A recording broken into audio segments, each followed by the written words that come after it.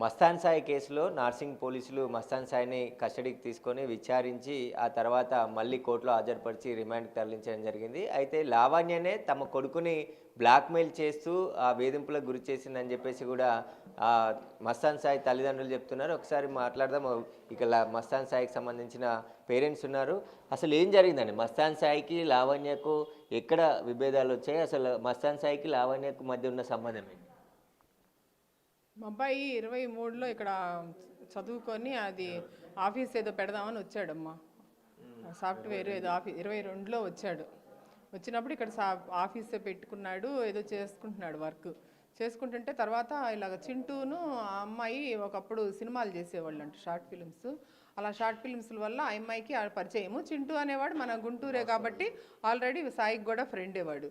తర్వాత ఇక్కడికి వచ్చినప్పుడు ఇంకా ఒక రోజు వీళ్ళందరూ వచ్చారంట.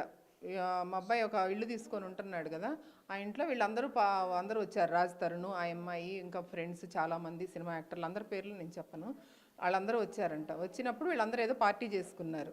పార్టీ చేసుకొని ఇంకా రాజ్ తరుణ్ ఏం చేశాడంటే ఇంకా వెళ్ళిపోయాడు.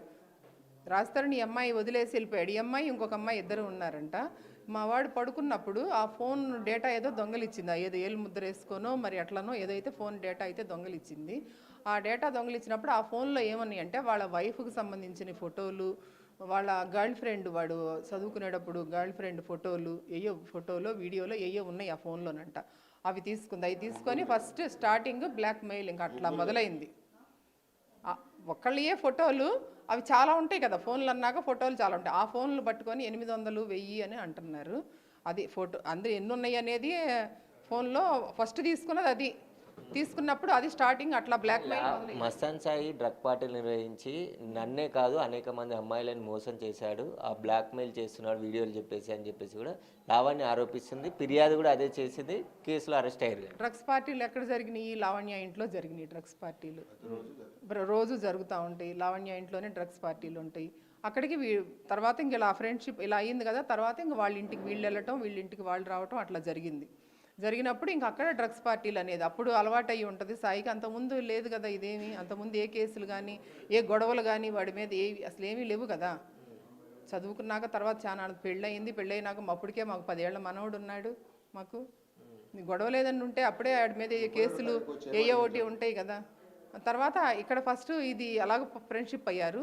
తర్వాత అక్కడ మార్చి 31న వచ్చింది గుంటూరు వచ్చి మా అబ్బాయి ఫోన్లు తీసుకున్నాడని కేసు ఏదో పెట్టింది. దర్గా దగ్గరికి తీసుకొని వచ్చారు కానిస్టేబుల్ను వాళ్ళు. తీసుకొని వచ్చినప్పుడు అమ్మ పెళ్ళైన వాడు ఎమ్మటి ఎందుకు పడుతున్నావు నువ్వు అని చెప్పి మా వారు అడిగారు. నేను కూడా అదే అడిగా, పెళ్ళైన మీ అబ్బాయి కొట్టాడు అంది. ఆయన వేరే అబ్బాయితో నీకెందుకు అమ్మ, కొట్టించుకునేదాకా ఎందుకు తెచ్చుకుంటామని నేను అదే ఆ రోజున అడిగాను.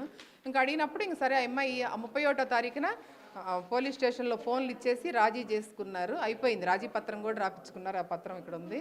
ఆ రాజీ పత్రం కూడా రాపించుకొని అది అయిపోయినాక వాళ్ళు ఎటువాళ్ళు అటు వెళ్ళిపోయారు. 31వ తారీఖు నువ్వు ఆ కేసు పెట్టి 2వ తారీఖు వచ్చి మళ్ళీ రేప్ చేశాడు, నన్ను కొట్టాడు, అటెంప్ట్ టు మర్డర్ అని మళ్ళీ అప్పుడు కేసు పెట్టింది. 31వ తారీఖున రాజీ అయిపోయిందని వచ్చి మళ్ళీ 2వ తారీఖున మర్డర్ కేసు అని పెట్టింది. అదే రేప్ చేశాడని కేసు పెట్టింది. అక్కడ ఎమ్మెల్సీ చేపించుకుందా అంటే ఎమ్మెల్సీ ఏమీ లేకుండా ఊరికే కేసు పెట్టేసింది. అయిపోయింది, వచ్చేసింది హైదరాబాద్. ఇంకా మా తిప్పలేం మేము పడాలన్నమాట.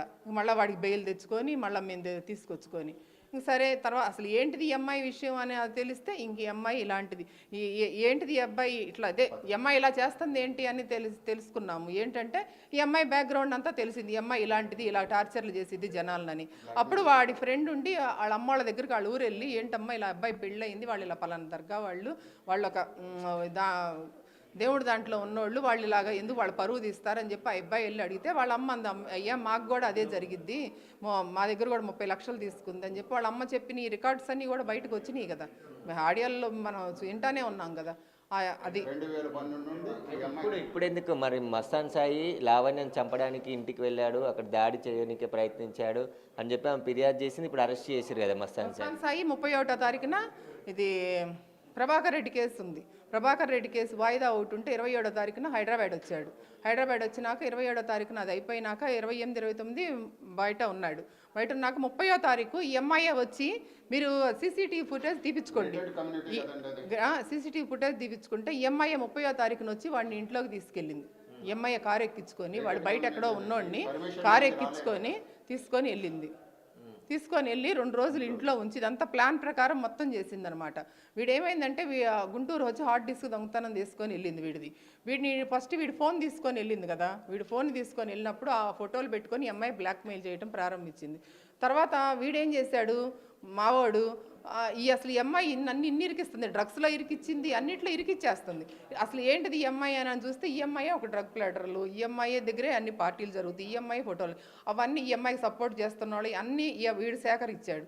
ఈ సేకరించి ఈడేం చేశాడు, అన్నీ తీసుకొచ్చుకొని వీడి దగ్గర పెట్టుకుంటే అవి మొత్తం అది తీసుకొని వెళ్ళింది హార్డ్ డిస్క్. అది ఇంటికి వచ్చి ఆ దొంగతనంగా హార్డ్ డిస్క్ తీసుకొని వెళ్ళి అవన్నీ బయట పెట్టి, ఇప్పుడు ఆ అమ్మాయే బయట పెట్టింది ఇవన్నీ, వీళ్ళ ఇవన్నీ బయట పెట్టి బ్లాక్మెయిల్ చేస్తుంది లావణ్య గత కొద్ది సంవత్సరాల నుంచి అంటున్నారు. ఏమని బ్లాక్మెయిల్ చేస్తుంది, ఎందుకు బ్లాక్మెయిల్? అదిగమ్మా అక్కడ కోర్టులో ఏది పెట్టింది చూడు, ఇక్కడ పెళ్లి చేసుకోమని పెట్టింది. 12 కోట్లు కావాలని ఒకసారి రోజు నాకు టార్చరు. నాకు అమ్మాయి డేటా నేను ఇస్తాను, నాకు ఫోన్ చేసిన వాట్సాప్ మెసేజ్లు అన్నీ మొత్తం చూపిస్తాను. రాత్రి 1:40 నుండి 3:30 వరకు ఫోన్ చేసి నిద్రపోనీయకుండా ఆ అమ్మాయితో చాలా గౌరవంగా మాట్లాడమ్మా, నువ్వెవరో నాకు తెలీదు, నువ్వెందుకు నన్ను ఇసుకిస్తావు, మా వయసుకైనా గౌరవం ఇవ్వు, అర్ధరాత్రి పూట మేము పడుకునేదే కొద్దిగా టైము, మేము 12:30 నుండి 3:30 వరకు పడుకుంటాం, మమ్మల్ని ఎందుకు ఈ టైంలో ఇసుకిస్తావు అని ఎన్నోసార్లు నేను మాట్లాడాను. ఆ రికార్డు కూడా మీకు పెడతాను. ఆ అమ్మాయి డబ్బులు ఎందుకు ఇవ్వమని బ్లాక్మెయిల్ చేసింది మిమ్మల్ని? ఇదిగో ఇప్పుడే వస్తున్నా, కాసుకోండి, మిమ్మల్ని అందరినీ మీడియా మొత్తం వస్తుంది. ఇదిగో కేటీఆర్కి పెట్టాను, ఇదిగో జగన్కి పెట్టాను, ఇదిగో నరేంద్ర మోడీకి పెట్టానని ట్విట్టర్లో ఫోటోలు పెట్టడం మళ్ళీ తీసేయటం, అవి కూడా ఉన్నాయి నా దగ్గర, మొత్తం మీకు చూపిస్తాను. ట్విట్టర్లో పెట్టడం మళ్ళీ 1 గంట ఆగి తీసేయటం. ఇదిగో మీడియా వస్తుంది, కాసుకో, హే నువ్వు కాసుకో, మీరు ఇంకా దర్గా ఉండదు, మీకు ఇది ఉండదు, మీరు రోడ్డు మీదకి రావాలి, ఏం చెప్తే తమాషా అని డబ్బులు అడగటం. ఇదిగో అన్నీ ఉన్నాయి నా దగ్గర. ఎన్ని డబ్బులు అడుగుతుంది? 12 కోట్లు అడిగింది ఫస్ట్, తర్వాత 8 కోట్లకు వచ్చింది, తర్వాత 2 కోట్లకు వచ్చింది, తర్వాత 50 లక్షలు ఆడియో రిలీజ్ అయింది. టార్చర్ చూడండి అసలు ఎంత టార్చర్ అంటే. ఈ అబ్బాయి చాలా మంది అమ్మాయిల జీవితాలు